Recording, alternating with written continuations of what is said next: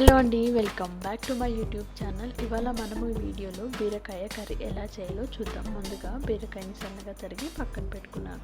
ఇప్పుడు 2 ఉల్లిపాయలు తీసుకున్నానండి, సన్నగా తరిగి పక్కన పెట్టుకున్నాను. పచ్చిమిర్చి, కరివేపాకు కూడా తీసుకున్నాను. ఇప్పుడు కర్రీ కోసం స్టవ్ మీద గిన్నె పెట్టుకొని ఆయిల్ వేడెక్కాక ఆవాలు, జీలకర్ర, పచ్చెనగపప్పు, మినపప్పు వేసుకుంటున్నానండి.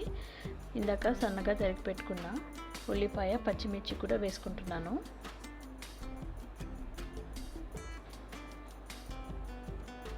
కరివేపాకు కూడా వేసుకొని అంతా కలిసేట్టుగా ఒకసారి మిక్స్ చేసుకోవాలి.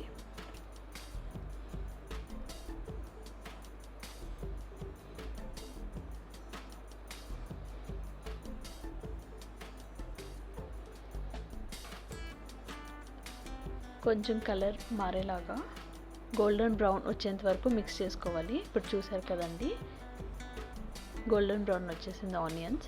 సో ఇందులో నేను ఇందాక కట్ చేసి పెట్టుకున్న బీరకాయ కూడా వేసుకుంటున్నాను.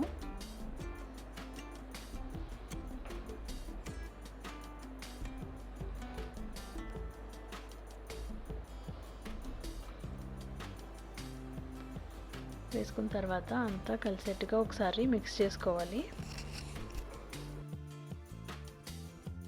తర్వాత మూత పెట్టుకొని ఒక 2 నిమిషాలు మగ్గనివ్వాలండి.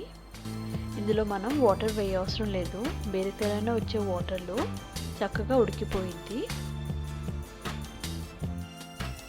ఇప్పుడు బీరకాయ సాఫ్ట్ అయినాయి కదండి, ఇందులో ఉప్పు, పసుపు వేసుకోవాలి. నేను 1.5 స్పూన్ సాల్ట్ వేసుకుంటున్నాను, 1/2 స్పూన్ పసుపు వేసుకుంటున్నాను. అంతా కలిసేట్టుగా ఒకసారి మిక్స్ చేసుకోవాలి.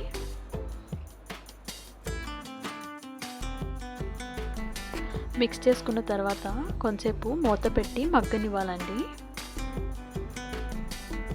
అప్పుడప్పుడు తీస్తూ కలుపుతూ ఉండాలి, అడుగంటకుండా ఉండిద్ది. చూసారు కదా, వాటర్ వచ్చిందండి, ఆ వాటర్లోనే ఉడికిపోయిద్ది. ఇక్కడ మనము టమాటో కూడా వేయట్లేదండి, ఇలాగే కర్రీగా బాగుంటుంది. ఇప్పుడు ముక్క ఉడికిందో లేదో చూసుకుందాం. చక్కగా ఉడికిపోయింది. ఈ స్టేజ్లో సాల్ట్ అవసరమైతే వేసుకోవచ్చండి. నేను ఇక్కడ 1/2 స్పూన్ సాల్ట్ వేసుకుంటున్నాను, 2 స్పూన్ దాకా కారం వేసుకుంటున్నాను. అంతా కలిసేట్టుగా ఒకసారి మిక్స్ చేసుకోవాలి.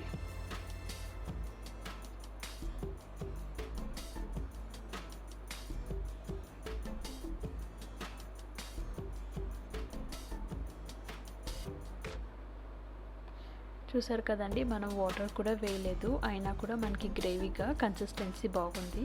ఈ కర్రీ రైస్లోకైనా రోటీస్లోకైనా చాలా బాగుంటుంది. ఒకసారి తప్పకుండా ట్రై చేయండి. లాస్ట్లో కొత్తిమీర వేసుకుంటున్నాను.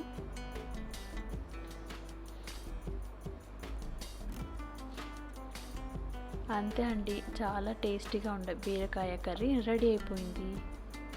మీరు తప్పకుండా ట్రై చేయండి. ఈ వీడియో కనుక మీకు నచ్చినట్టయితే please do like, share and subscribe.